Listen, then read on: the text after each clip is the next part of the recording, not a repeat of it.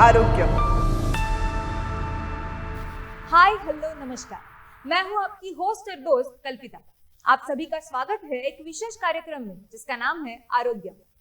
दोस्तों, इस आधुनिक दौर में लाइफस्टाइल चेंज हो चुकी है, सब कुछ इम्बैलेंस हो रहा है। तो आज हमारे एपिसोड में हम बात करेंगे हार्मोन्स के इम्बैलेंस की। इसीलिए हमारे साथ आज मौजूद है Ayurvedic gynaecologist, gold medallist doctor Madhura Kulkarni ji. Welcome to the show doctor. Thank you. Doctor, हम आजकल हार्मोनल इम्बैलेंस के बारे में बहुत कुछ चीजें इंटरनेट पे पढ़ते हैं, तो आप एज एन एक्सपर्ट हमें ये कैसे एक्सप्लेन करेंगी? बेसिकली हार्मोन, ये शब्द इससे ही शुरुआत करते हैं। ओके। Hormone means harmony. शरीर में जो हार्मनी लाए, एक संतुलन लाए, एक मजा, एक जिंदगी जीने की खुशनुमा एक तरीका जो बताए, वो है हार्मोन। अभी उससे ही बना है शब्द हार्मोन। ये हार्मोन बहुत बार पॉजिटिव होते हैं, यही हम भूल गए। बहुत बार पेशेंट मुझे आकर बोलते हैं कि अरे कुछ भी बीमारी बताओ, आप बोलते हो हार्मोनल इम्बैलेंस। कितने कठिन है ये हार्मोन्स, लेकिन नहीं, ये हार्मोन्स सकारात्मक भी होते हैं, लेकिन जब इनका बैलेंस छूट जाता है तो हार्मोनल इम्बैलेंस होता है और इसके कारण कई सारी बीमारियां होती है। अभी एग्जांपल लेंगे, जैसे हमारे गले के इधर एक थायराइड करके ग्लैंड है, वो थायराइड से कुछ हार्मोन सिक्रेट होते हैं। वो जो हार्मोन है वो शरीर को बैलेंस रखने में मदद करते हैं। अगर उसमें कुछ गड़बड़ी हो गई, अगर वो ज्यादा सिक्रेट हो गए तो आदमी पतला हो जाता है, कम सिक्रेट हो गए तो आदमी मोटा हो जाता है। इसका मतलब जो जहाँ जैसे चाहिए उसमें कुछ अगर विषमता आ जाए तो मोटापा और जो पतलापन है वो आ गया। इसका ही मतलब हर एक ऐसे शरीर में जो एंडोक्राइन ग्लैंड्स मींस अंदर से अंदर झरने वाली ग्रंथियां, जैसे झरने कैसे आते हैं, बरसात होती है एकदम झरने बहने लग जाते, वो अंदर रहते ही है और एकदम से बरसात के पानी से वो बाहर आ जाते।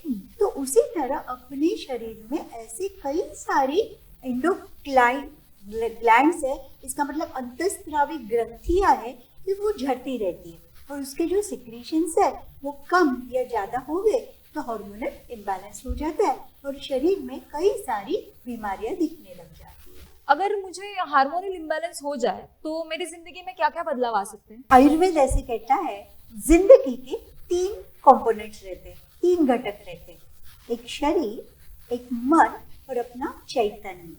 शरीर में जो स्फूर्ति ऊर्जा है वो, तो शरीर में बदलाव आते हैं, उसमें कभी मोटापा, कभी पतलापन, कभी बीमारियां, कभी अपनी जो प्रतिकार क्षमता है वो कम हो जाना, ऐसी कई सारी चीजें घटती है। फिर जो मन है वो मन भी उदास रहना, बेचैन रहना, कुछ अच्छा ना लगना, जो हम बोलते हैं ना फील गुड फैक्टर, अच्छा लगना, वो अच्छा नहीं लगना, भावनात्मक असंतुलन। हार्मोन असंतुलन हो गया, उसका रिफ्लेक्शन भावनाओं पर भी होता है, कभी एकदम से गुस्सा आना तो कभी एकदम से खिन्न हो जाना। इस तरह कई सारे लक्षणों का हमें निर्माण होते दिखता है मन में। और फिर जो चैतन्य है, स्फूर्ति है, ऊर्जा है, उसमें सबसे जबरदस्त तकलीफ ये होती है कि कुछ भी काम करने का उत्साह नहीं रहता। इसलिए मैं हमेशा मेरे पेशेंट को बोलती हूँ, सुबह उठकर अगर आपको ऐसे लगता है कि वाह कितनी सुंदर ये दिन है, कितनी सुंदर सुबह है और मुझे अपने काम पर जाना है, इसका जो एक उत्साह होता है, ये लक्षण है आपका स्वस्थ होने का लक्षण, ये लक्षण है आपका हार्मोन्स बैलेंस होने का लक्षण। स्वस्थ क्या है? स्व मीन्स खुद में, स्थ मीन्स क्या है? स्थिर, स्टेबल। जो जहाँ स्थिर है, अपना काम अच्छे से कर रहा है, वो है हार्मोनल बैलेंस। और इसमें अस्वस्थ मीन्स जो बैलेंस नहीं है तो हो गया कई सारी बीमारियों का कारण। तो अगर हार्मोनल इम्बैलेंस है और उसमें अगर कई बार मैंने सुना है कि चिड़चिड़ापन बढ़ जाता है, तो मुझे ये कैसे पता चलेगा कि मेरा चिड़चिड़ापन मेरे हार्मोन के इम्बैलेंस होने की वजह से हो रहा है? अभी देखो, ये बहुत ही महत्वपूर्ण बात कल्पिता आपने कही। मेरे पास ना पेशेंट आते हैं, विशेषतः स्त्रियों में कैसे रहता है, जैसे बोलते हैं कि आजकल हम देख रहे हैं बम्बई में भी कि एक सीजन अलग है, बरसात है, कभी ठंड है, अलग अलग सीजन, एक ही टाइम पीरियड में कई सारे सीजन का अनुभव आना। उसी तरह एक ही महीने में स्त्रियों को अलग अलग सीजन का अनुभव आता है। कभी ये हार्मोन स्ट्रांग है तो ये अपनी मानसिकता है, कभी वो हार्मोन स्ट्रांग है तो वो अपनी मानसिकता है। तो एक ही महीने में 3 तरह की मानसिकता तैयार हो सकती है। तो मेरे पास पेशेंट आते हैं और बोलते हैं कुछ नहीं, वो मेरा प्री मेंस्ट्रुअल है ना, पीएमएस चल रहा है ना, इसलिए मुझे गुस्सा आता है, इसके लिए मेरा चिड़चिड़ापन है। मीन्स लेबल लगा देते हैं हार्मोनल इम्बैलेंस का।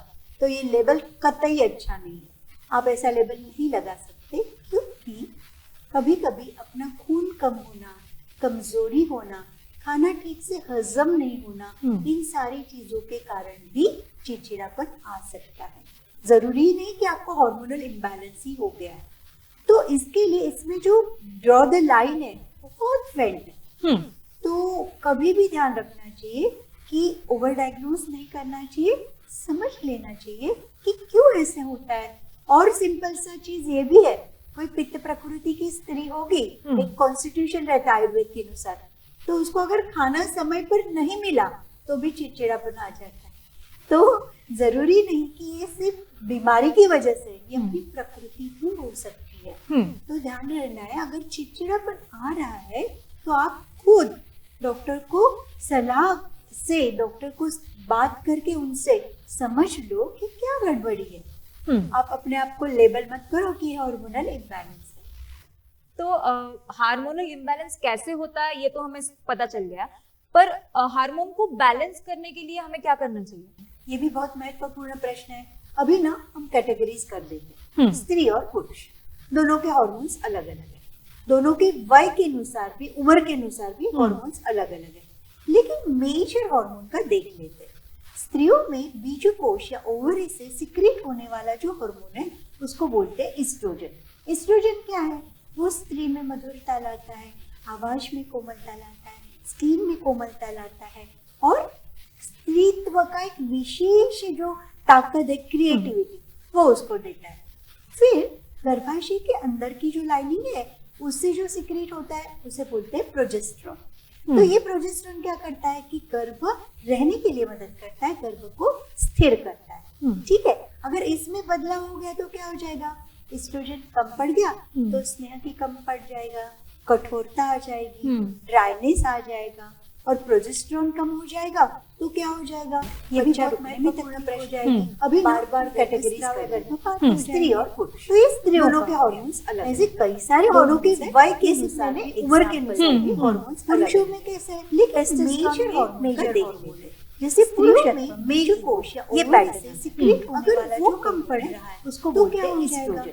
एस्ट्रोजन आ जाएगी, उदासी आ जाएगी, मधुरता लाता है, जो सेक्सुअल परफॉर्मेंस है उसमें कमी आ जाएगी, और कई सारी ऐसी बेचैनियां हो जाएगी जिससे ताकत है, क्रिएटिविटी, अपने वो उसको आयुष्य को, अपने लाइफ को अच्छी तरह से के अंदर की जो लाइनिंग है, इस तरह से जो सीक्रेट होता है हर एक हार्मोन के अनुसार बदलाव है, तो उसके जो रिफ्लेक्शंस है रहने के लिए अलग अलग है, गर्भ को स्थिर सिंपल सा होता है। ठीक है, अगर इसमें बदलाव हो गया जैसे एक बटरफ्लाई पड़ गया तो वो कोकून में रहता है, और कितने ड्राइनेस आ जाएगा उसका बटरफ्लाई, और प्रोजेस्टेरोन कम हो जाएगा तो क्या हो जाएगा? शरीर बच्चा रुकने में तकलीफ हो जाएगी, हर उम्र पर अलग अलग बदलाव हो जाएंगे। तो ये स्त्रियों का हो गया हार्मोन। ऐसे कई सारे हार्मोन जैसे मैंने अपने आप में स्थिर होंगे, टेस्टोस्टेरोन ये मेजर हार्मोन अपने जैसे पुरुष मेल ईगो, ये हार्मोन्स अगर वो कम पड़ रहा है तो क्या हो जाएगा? कि खिन्नता आ जाएगी। ये हार्मोन्स जो इम्बैलेंस हो जाते हैं उन्हें वापस से बैलेंस होने में कुछ समय लगता है,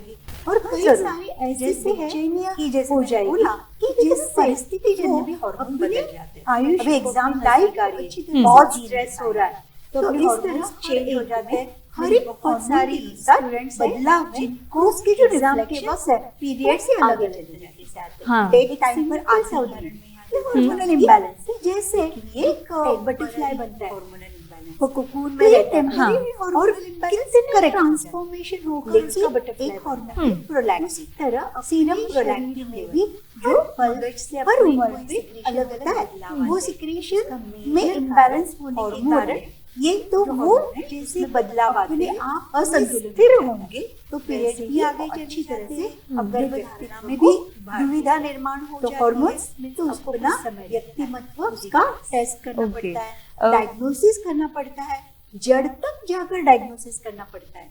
क्योंकि देखो इसमें ना एक रिदम है, जैसे हार्मोनी मैंने बोला ना वैसे रिदम है। ये ऐसे नहीं कि यहाँ है हार्मोन यहाँ हो गया। तो कैसे है, मगज से हमारा जो है हाइपोथैलेमस, उससे पिट्यूटरी को धक्का मिला, उससे ओवरी को धक्का मिला और फिर एक हार्मोन का जन्म हुआ। तो कहाँ इम्बैलेंस है, क्या है, कितनी डेप्थ तक है, उसमें क्या दूसरी गड़बड़ी भी है, वो जब डॉक्टर निदान करते हैं तो ये बता सकते हैं कि कितना समय लगेगा।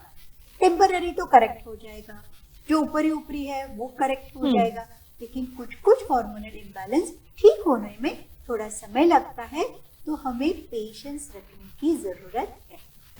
आपने अभी हार्मोनल टेस्ट के बारे में बात की, तो क्या हार्मोनल टेस्ट करना सही है? हॉर्मोन्स के टेस्ट थोड़े महंगे भी होते हैं हाँ। और उसका एक टाइम पीरियड होता है। जैसे हमें मालूम है कि कोलेस्ट्रॉल का तपास अगर हमें करना है तो 12 घंटे का फास्टिंग रखना है, लेकिन थायराइड हार्मोन का भी अगर तपास हम अलग अलग समय पर करते हैं तो उसका रिपोर्ट अलग अलग आ सकता है। तो ये अपने मन से करने वाली टेस्ट नहीं है। हार्मोन टेस्ट का एक समय रहता है। जैसे स्त्रियों में इनफर्टिलिटी रहती है तो कभी कभी उनके कई सारे LH, FSH ऐसे सारे हार्मोन भी तपास करने पड़ते हैं। तो वो माहवारी के पीरियड के सेकेंड डे करते हैं। तो ये सारी चीजें डॉक्टरों को ही मालूम पड़ेगी। तो जी। हमें खुद से हार्मोन तपास के इसमें नहीं पड़ना है। तो अगर हार्मोनल इम्बैलेंस मुझे हो रहा है तो मुझे मेरे खान पान का क्या ध्यान रखना चाहिए? कभी कभी ना छोटी छोटी बातें छूट जाती हैं। अभी ध्यान रखो D3 ये भी एक हार्मोन से निगड़ित ही एक न्यूट्रिएंट है। अगर D3 हम कम हो जाता है तो क्या हो जाता है, पेट बढ़ने लग जाता है, चर्बी हो जाती है, उसी तरह उदासी हो जाती है, मन बहुत डिप्रेशन में चला जाता है। तो उसे करेक्ट करने के लिए सूर्य किरणों का ज्यादा से ज्यादा ये करना और विटामिन D युक्त आहार लेना जरूरी रहता है। एब्सॉर्प्शन के लिए ये सारे माइक्रोन्यूट्रिएंट्स जरूरी है जो हमें टाइम टाइम पर लेने चाहिए। तो मैं हमेशा बोलती हूँ सुबह जल्दी उठना चाहिए, उठकर आधा कप गर्म पानी ले लो, उससे बदहजमी नहीं होगी। जब बदहजमी नहीं होगी तो हार्मोन्स भी अपने हार्मोनी में रहने में मदद हो जाएगी। फिर जब समय है, जब भूख लगे तभी खाना खाओ, और भूख नहीं लगे तो खाना नहीं खाओ। इस छोटी सी बात से भी हमारे हार्मोन्स में फर्क पड़ जाता है। फिर खाने में क्या क्या लेना है, जैसे जेठी मध है, मीठी लकड़ी, वो दूध के साथ ले लो। तो स्त्रियों में जो एस्ट्रोजन हार्मोन्स में कमी हो जाती है या हार्मोनल इम्बैलेंस हो जाता है उसमें मदद हो जाता है। सिंपल अपनी सौंफ है वो खाना खाने के बाद लो तो भी स्त्रियों में कई सारे हार्मोन्स का बैलेंस हो जाता है। लाल भोपला है, फिर जो कोहला जिसको हम पेठा बोलते हैं आगरे का, वो बनता है, वो हम सांबार में भी डालते हैं। वो छोटी सी चीज है लेकिन वो गर्भार जो प्रेगनेंसी है उसके अर्ली स्टेजेस में अगर लेते हैं तो हार्मोन्स ठीक से सिक्रीट होने में मदद हो जाती है। तो खाना पीना ये जितना इम्पोर्टेंट है उतना उसका एब्सॉर्प्शन आयुर्वेद के अनुसार इम्पोर्टेंट है, और उससे भी ज्यादा अपना स्लीप पैटर्न, अपना लाइफस्टाइल ये हार्मोनल इम्बैलेंस में बहुत बड़ा रोल प्ले करते हैं। तो अगर अच्छे से नींद न लो तो हार्मोनल इम्बैलेंस होगा। तो खान पान के साथ इनका जरूरी रखना ध्यान बहुत इम्पोर्टेंट है। डॉक्टर्स ये जो दवाइयाँ देते हैं तो क्या बस वो दवाइयाँ लेने से मेरा हार्मोनल इम्बैलेंस ठीक हो जाएगा या फिर मुझे कुछ और भी करना पड़ेगा? बहुत इम्पोर्टेंट क्वेश्चन है। बहुत बार ये हार्मोनल टैबलेट्स या इसमें मन में दुविधा होती है। इसके बारे में हम पढ़ते हैं कि इसके साइड इफेक्ट है। जैसे बीच में बहुत सारा संशोधन हुआ था हार्मोनल रिप्लेसमेंट थेरेपी का, जो मेनोपॉज की वुमेन को देते थे। अच्छा। तो अभी उसके ऊपर बहुत सारा संशोधन हो रहा है। तो डॉक्टर समझकर, आपकी प्रकृति देखकर ही ऐसे हार्मोन की दवाइयाँ या गोलियां देते हैं। तो विश्वास रखना चाहिए डॉक्टरों पर। और मन से बहुत बार लोग बोलते नहीं हमें नहीं हार्मोन की गोलियां लेना, लेकिन कभी कभी ऐसी गोलियां लेनी पड़ती है। जैसे थायराइड हार्मोन के लिए कभी कभी जिंदगी भर भी गोलियां लेने की जरूरत पड़ जाती है। तो डॉक्टरों का कहना मानना, ये मैं यहाँ कहना चाहूंगी, एम्फेसाइज करना चाहूंगी, ये बहुत जरूरी है। लेकिन उसके साथ साथ मेरा अपना भी रोल है। मुझे हम खुद को भी खुश रखना चाहिए, मुझे एक्सेप्ट करना चाहिए। ठीक है, हार्मोनल इम्बैलेंस के कारण मुझे ऐसे हेयर ग्रोथ अनवांटेड आ रही है, मुझे कुछ पिंपल्स ज़्यादा आ रहे हैं, तो एक्सेप्टेंस रखना चाहिए, पेशेंस रखना चाहिए और उस अनुसार एक्सरसाइज है, मेडिटेशन है, योग है, म्यूजिक थेरेपी है, कुछ भी ऐसा चीज करना चाहिए जिससे आपका मन ज्यादा से ज्यादा सकारात्मक हो जाए। अगर सकारात्मक ऊर्जा का चयन हो जाए तो शरीर पर भी सकारात्मक परिणाम होते हैं। तो हमारे हाथ में वो जो चीज है वो हमें करनी चाहिए। अभी आपने मेडिटेशन के बारे में बताया, तो किस प्रकार का मेडिटेशन हमें करना चाहिए जिस वजह से हमारे इम्बैलेंस हुए जो हार्मोन्स है वो अपनी जगह पे आ सके, वो अपना संतुलन वापस पा सके? बहुत ही अच्छा एक इसमें हमने एक संशोधन किया है। देखो, मेडिटेशन बोला तो डर लगता है, ऐसी कुछ अलग ही चीज है ऐसे लगता है। सिंपल सी बात, माइंडफुलनेस, जो जहाँ जब हम है वहाँ अपनी सांस पर ध्यान देना, ये भी बहुत बड़ा रिलैक्सेशन टेक्निक है। उसके लिए सिंपल सी बात है, आप ओमकार करो। जैसे हम माँ को पुकारते हैं तो उसका कुछ परिमाण नहीं रहता, दिल से माँ को पुकारते हैं, उसी तरह ओम चैंटिंग या ओमकार का जाप या ओम बोलना, इसके कारण हमारे ब्रेन से, मगज से कई सारे सकारात्मक हार्मोन्स सिक्रेट होते हैं और उसका बहुत अच्छा फायदा देखा गया। तो योग निद्रा है, शवासन है, ओमकार है, ये भी आप कर सकते हैं। ध्यान धारणा के बराबर के इसके फायदे मिलते हैं। और अगर आपको ध्यान करना भी है तो आपको किसी गुरु से ठीक से सीखकर अगर करेंगे तो उसका फायदा ज्यादा।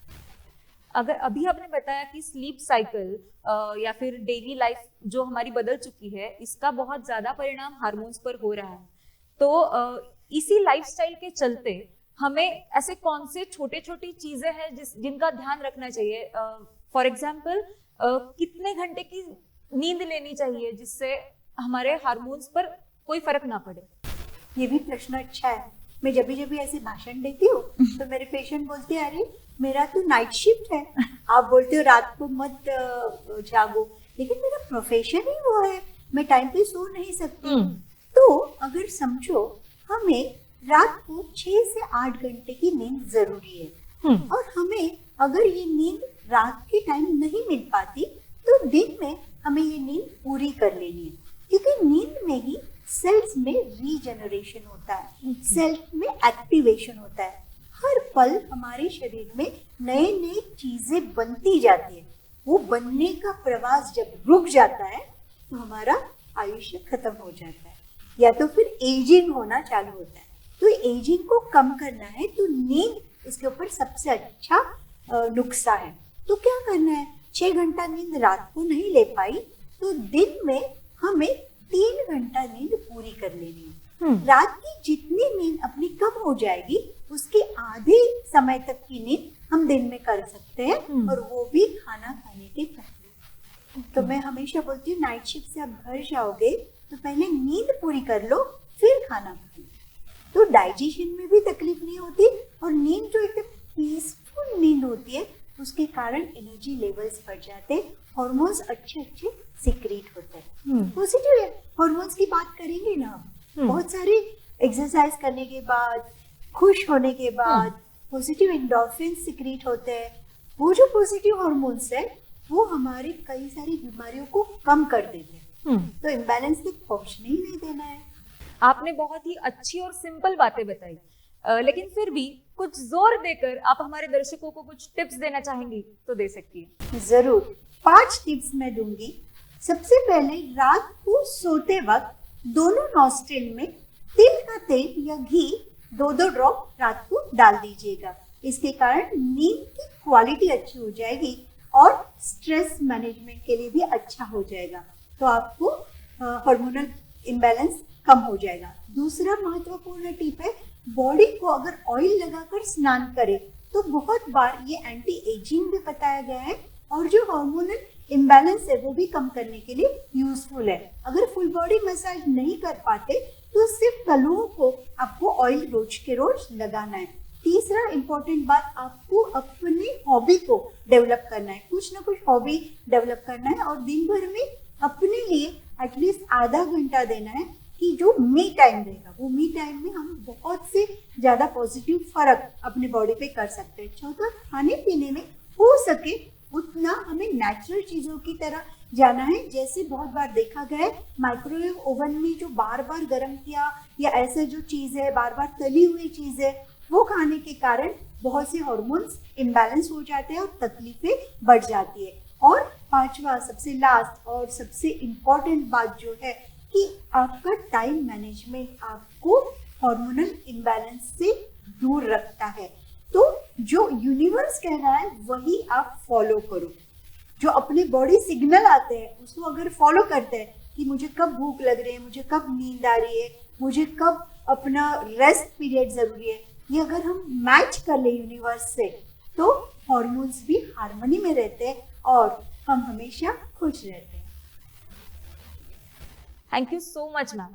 आपने इतने इजी तरीके से हमें इंफॉर्मेशन दी है, इतनी जानकारी दी है कि मुझे विश्वास है कि हमारे दर्शकों को इसका जरूर फायदा होगा। आपने अपना कीमती समय निकाला, हमारे स्टूडियो में आई, हमें इंफॉर्मेशन दी, इसके लिए आपका बहुत बहुत तहे दिल से शुक्रिया। धन्यवाद, थैंक यू। तो दोस्तों, अब आपकी होस्ट और दोस्त कल्पिता को इजाजत दीजिएगा। फिर मुलाकात होगी आरोग्यम के अगले एपिसोड में। तब तक अपना ख्याल रखिएगा। Take care.